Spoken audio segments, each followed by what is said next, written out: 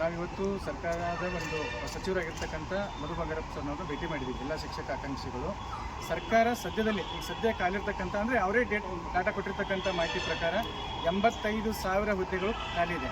So ಇದರಲ್ಲಿ ಏನು ಮಾಡ್ತಾ ಇದೆ ಅಂತಂದರೆ ಸರ್ಕಾರ ಒಂದು ಭಾಳ ಬಿಗ್ ಮಿಸ್ಟೇಕನ್ನು ಮಾಡ್ತಾ ಇದೆ. KPSC ಅನ್ನುವಂಥ ಒಂದು ಹೊಸ ಕಾನ್ಸೆಪ್ಟನ್ನು ಒಂದು ಪಂಚಾಯತಿಗೆ ಒಂದು ಶಾಲೆ ಅಂತೇಳಿ ಮಾಡಿ ಇರುವಂಥ ಎಲ್ಲ ಶಾಲೆಗಳು ಅಂದರೆ ಸುತ್ತಮುತ್ತಲಿರ್ತ ಒಂದು ಗ್ರಾಮ ಪಂಚಾಯತಿಯಲ್ಲಿ ಸುತ್ತಮುತ್ತಲಿರ್ತಕ್ಕಂಥ ಎಲ್ಲ ಶಾಲೆಗಳನ್ನು ಮುಚ್ಚಿ KPSCಗೆ ಒಂದು ಶಾಲೆ ಅಂತೇಳಿ ಈಗ ಆಲ್ರೆಡಿ ಸರ್ಕಾರ ಏನು ಪಾತ್ರ ನಿಗದಿ ಮಾಡಿದೆ.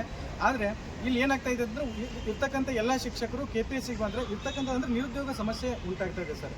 ಅಂದರೆ ಸರ್ಕಾರ ಸ್ಪಷ್ಟವಾಗಿ ಶಾಲೆಗಳು ಇರುವಂಥ ಶಾಲೆಗಳನ್ನ ಮುಚ್ಚಲಿಕ್ಕೆ ಹೊರಟಿದೆ. ಗ್ರಾಮ ಪಂಚಾಯತ್ ಒಂದು ಶಾಲೆ ಈಗ ಕಳೆದ ಬಾರಿ ಕಲ್ಯಾಣ ಕರ್ನಾಟಕದ್ದು ಏನು ಪಾತ್ರ 5,267 ಹುದ್ದೆಗಳನ್ನ ಫಿಲ್ ಮಾಡ್ತೀವಿ ಅಂತೇಳಿ 2 ಬಜೆಟಲ್ಲಿ ಸರ್ಕಾರ ಘೋಷಣೆ ಮಾಡಿತ್ತು.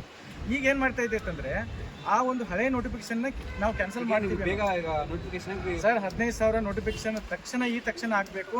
ಮತ್ತು ಹಳೆ ನೋಟಿಫಿಕೇಶನ್ ಕಲ್ಯಾಣ ಕರ್ನಾಟಕದ ಏನೈತಲ್ಲ ಅದು ಏನು ಪಾತ್ರ ನೋಟಿಫಿಕೇಶನ್ ಜಾರಿ ಆಗಬೇಕು. 1 ರಿಂದ 5ನೇ ತರಗತಿಯಲ್ಲಿ ಸರ್ಕಾರ ಹೇಳುವಂಥದ್ದು ಏನು ಅಂತಂದರೆ ದಕ್ಷಿಣ ಭಾಗಕ್ಕೆ ಮಾತ್ರ ರೇಷೋ ಸಂಖ್ಯೆ ಅಂದರೆ ಶಿಕ್ಷಕರ ಸಂಖ್ಯೆ ಜಾಸ್ತಿ ಇದೆ. ಉತ್ತರ ಕರ್ನಾಟಕ ನೀವು ಬಂದು ನೋಡ್ರಿ, ಅಲ್ಲಿ ಭಾಳ ಏನು ಪಾತ್ರ ಶಿಕ್ಷಕರ ಕೊರತೆ ಇದೆ. 0 ಶಿಕ್ಷಕರ ಶಾಲೆಗಳು ಇದ್ದಾವೆ. ಸೊ ಇದ್ರ ವಿರುದ್ಧ ನಾವು ಏನಾದರೂ ಈ ಹಳೆ ನೋಟಿಫಿಕೇಶನ್ ಏನಾದರೂ ಕ್ಯಾನ್ಸಲ್ ಮಾಡಿದರೆ ನಾವು ಸರ್ ಕೋರ್ಟಿಗೆ ಹೋಗುವಂಥ ಚಾನ್ಸಸ್ ನಾವು ಲಕ್ಷ್ಮೀಕಾಂತ್ ಅಂತೇಳಿ ಶಿಕ್ಷಕರ ಸಂಬಂಧ ಇದೆ.